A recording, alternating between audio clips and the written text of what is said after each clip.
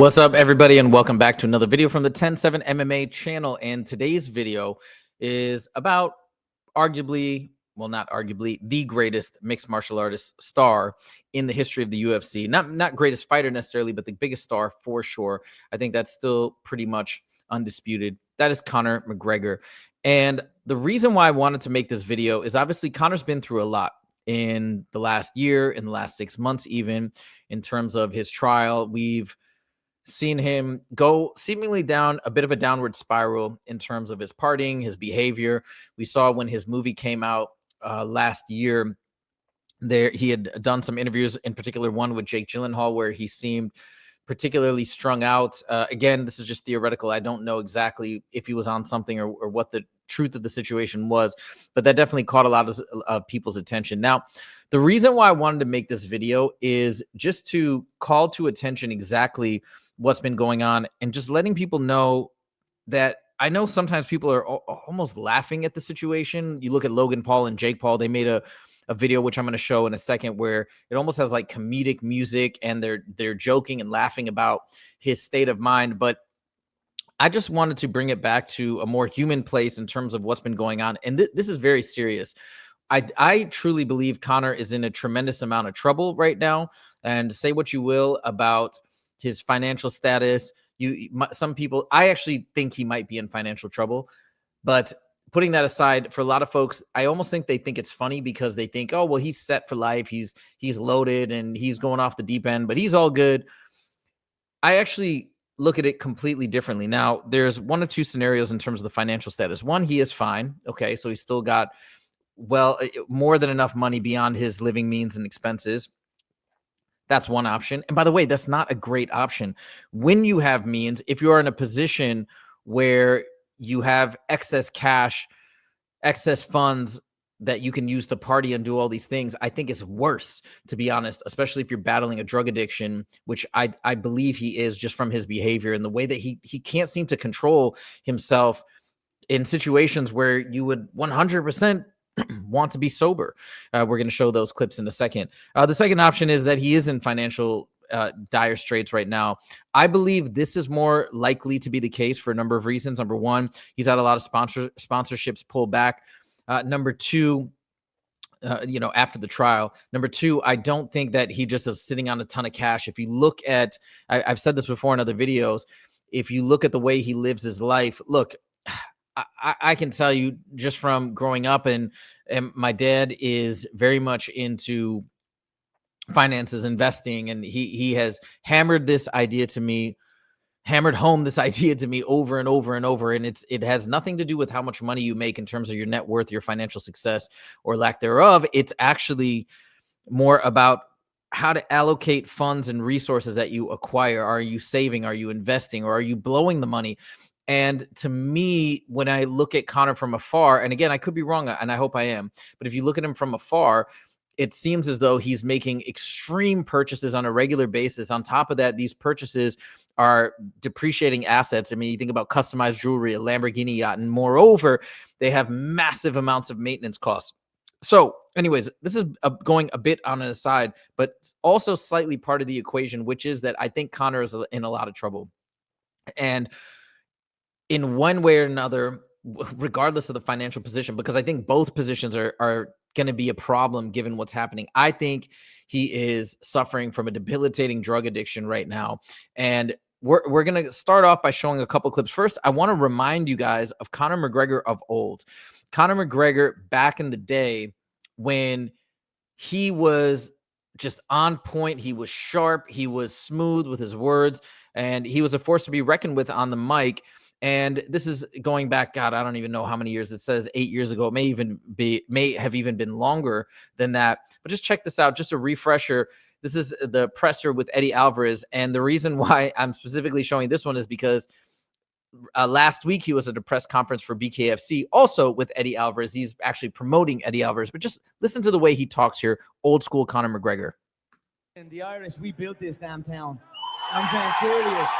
We built this city. Now we're back. Now we're coming to claim what's ours. So it's an honor to be here. Coming in here, listening to all these fans. It truly is a dream come true. I cannot wait to perform for you.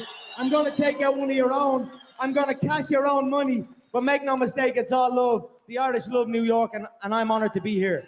That fight was five weeks ago. I came out of that fight fresher than I went in. Look at Nate's face. Nate will never look the same. I came out brand new. I had a bruised foot. I agreed to this fight. 10 days ago, I agreed to all of this. And then, I don't know what was going on. Something went on with that other side. But I was chilling here waiting for the call, and then the call came last minute. I jumped on a plane, and here we are. So peak Conor McGregor. You hear the eloquence, you hear just the way, the rhythm of his words, of his speech, everything. He's in perfect control, and you can see his intellect is strong. And now this is, again, the Conor McGregor, the version of Conor McGregor that got him to blow up in the scene and got everybody to love him. And now you listen to him now. Granted, he delivers an impassioned speech here, really hyping up the fight, but you can see a stark difference with how he's speaking now and how he's speaking back then. Also, notice, God, I hate to focus too much on all the details of his face, and I don't know 100% if this is true or not, but I mean, he looks bloated, which could be a combination, I imagine, of drinking. Drinking creates a lot of inflammation, and maybe a combination of other narcotics as well. He does not look healthy here. But let's more focus on, let's listen to Conor in this speech at BKFC. Let me cue it up right here. All right, check this out. Decide for yourself. Sorry I'm late, I don't give a fuck. I'm the big boss around here. Philadelphia, what's up? I'm here to summon the gods of fighting to action. I mean, and look, to be fair, he actually seems like he's got a great amount of energy. He's really trying to rile the crowd up here, doing a great job as a promoter. So just bear this in mind. This clip actually might be him with all his faculties intact and just giving a really powerful speech to hype the fight up. So even as I'm listening to this now, I'm thinking this, hey, maybe he's not on anything in particular. But anyways, listen to this and just think about the contrast between the last clip and this clip. May they turn our combatants' knuckles to knives. And on Saturday night, may we all bleed in the honor of Philadelphia's rich fighting history. Yeah. May we, as Bare Knuckle Fighting Championships organization, the alien of combat sport, rise above the night sky and rain down blows viciously and prove our worth against any deniers. May local boy and former UFC lightweight world champion, former Bellator world champion, shut this man up over here, Jeremy Stevens, who's coming in here into Philadelphia.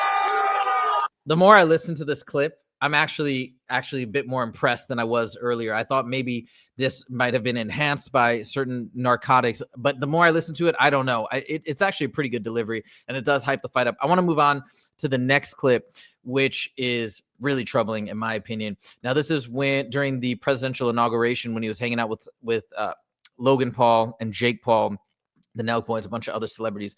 Watch this. And again, this is early in the morning at the beginning of the inauguration or the beginning of the ceremonies. And just look how he's acting and talking. And these guys are clowning him, laughing at him. And this is the thing that I wanted to say. People are finding humor in this. I don't think it's funny. It's actually pretty sad, especially considering he has a family. He has a wife. He has a lot of people that care about him. And while we want to see him return to the octagon, we also want to see him land okay for somebody that has done so much for the sport of mixed martial arts and for the UFC in particular. So listen to this. It's all sweet here. It's all sweet here. Yeah. You keep talking about shooting, dude. Now he's talking to Logan about he was trying to promote, or he's trying to create this fight against him and Logan Paul, a glorified sparring match is what he says later on. Sponsored by the Ambani family in India, trying to get them both a big payday. Now Logan Paul stayed pretty silent on his social media, so this is Conor confronting him, I guess, for the first time. Who knows if that's real or not, but it seems like it's legitimate. So he's confronting him and saying, "Why were you so quiet?" So listen to this. You're gonna get the shit down. You get very quiet. What did you think the best course of action was for that? You were giving all this stain of this, stain of that. Yeah, you control with the WWE as well. But I don't be giving all this mega snip. I didn't hear the last 5 seconds. That was in the air for the start. Yes, bring it home for me. It's 8 a.m. How?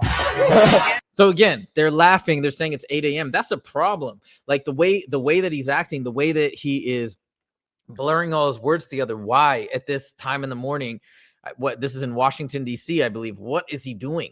And why is that happening? All right, let's play a little bit more. You can tell he's gonna sit it. He put a zit in his brain. This is the real deal, yeah? In front of you, you know that. You know that, bro. So, man, look here, we'll do it. He couldn't do what? 190, 195? So I do 190. He was sick. He was sick over it, yeah. He was sick. I'm sick. You're sick. Listen, here's the deal. I'm going to slap the head off the two of yous and KSI. No! Yous are mixers to me. You understand that? Side jobs. A little side job. No, yeah? you can't even do your main job. How you gonna do a side job? You know, that's a good friend of November stage. Simmer down, boys. Bro, it's crazy Hey, being hey. on a bus with you, Yeah, bro. look, If there's it's a out, dolly, it's bro, out, you'd it's be out. going through a window. All right. So that's that. Now we got one last clip to maybe shine some context on what might exactly be happening with Conor McGregor. Joe Rogan, not too long ago, did a show with Derek from More Plates, More Dates, where they talked about Conor in particular. And I think they hit the nail on the head. I think this is what is going on. And this is, again, I just want to shine a light on this, that this is quite a serious situation. And they explain it perfectly here. So check this out. The reality is that guy's partying, and he's partying real hard. And he talked about it in the court case. You know, he's talking about cocaine. Like that was the whole thing, that we're all doing cocaine and we're finna. Dude, some of his interviews, you can tell he is out of it. Allegedly, he seems at least excited. Dude, have you seen the Jake Gyllenhaal and Connor interview Yes. for Roadhouse? And he's just tweaking the whole time. He seems like he's and tweaking. Jake's just like, Yeah, I can't imagine he wasn't thinking, what are you doing, dude? right, Yeah. right. You know, it's funny. Shane Gillis has a great bit about Conor McGregor in Roadhouse. He goes, Oh, yeah. Conor McGregor basically played a coked out Conor McGregor in Roadhouse. And That's so accurate. and Shane does Yeah. like a Conor impression, so it's hilarious. Like, fucking, I mean, he likes coke. Oh, yeah. But I think there's another issue to talk about, and that is that a lot of fighters, when they've sustained a significant amount of damage over the course of their career, and there's no way to not get that, right? I mean, we've all seen Conor get beat up and knocked out. We've seen Conor's sparring footage. He spars pro boxers. He's sparring elite fighters. You're getting hit in the head a lot. And a lot of fighters, especially towards the end of their career, turn to drugs.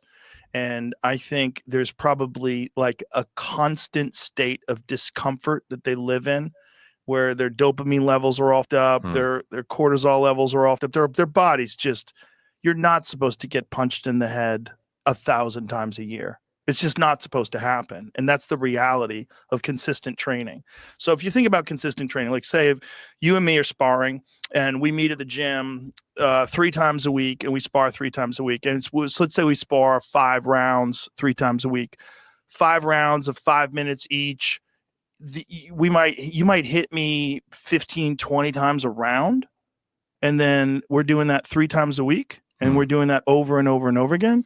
And it's not even, this is the thing, people say, oh, you spar light. Sure. Sparring light is important. All right, so he continues on this idea. That actually freaks me out. The fact that he's saying even sparring light, you can sustain brain injuries and whatnot. So it makes me think about that, because I do that and I try to always spar light. But anyways, I digress.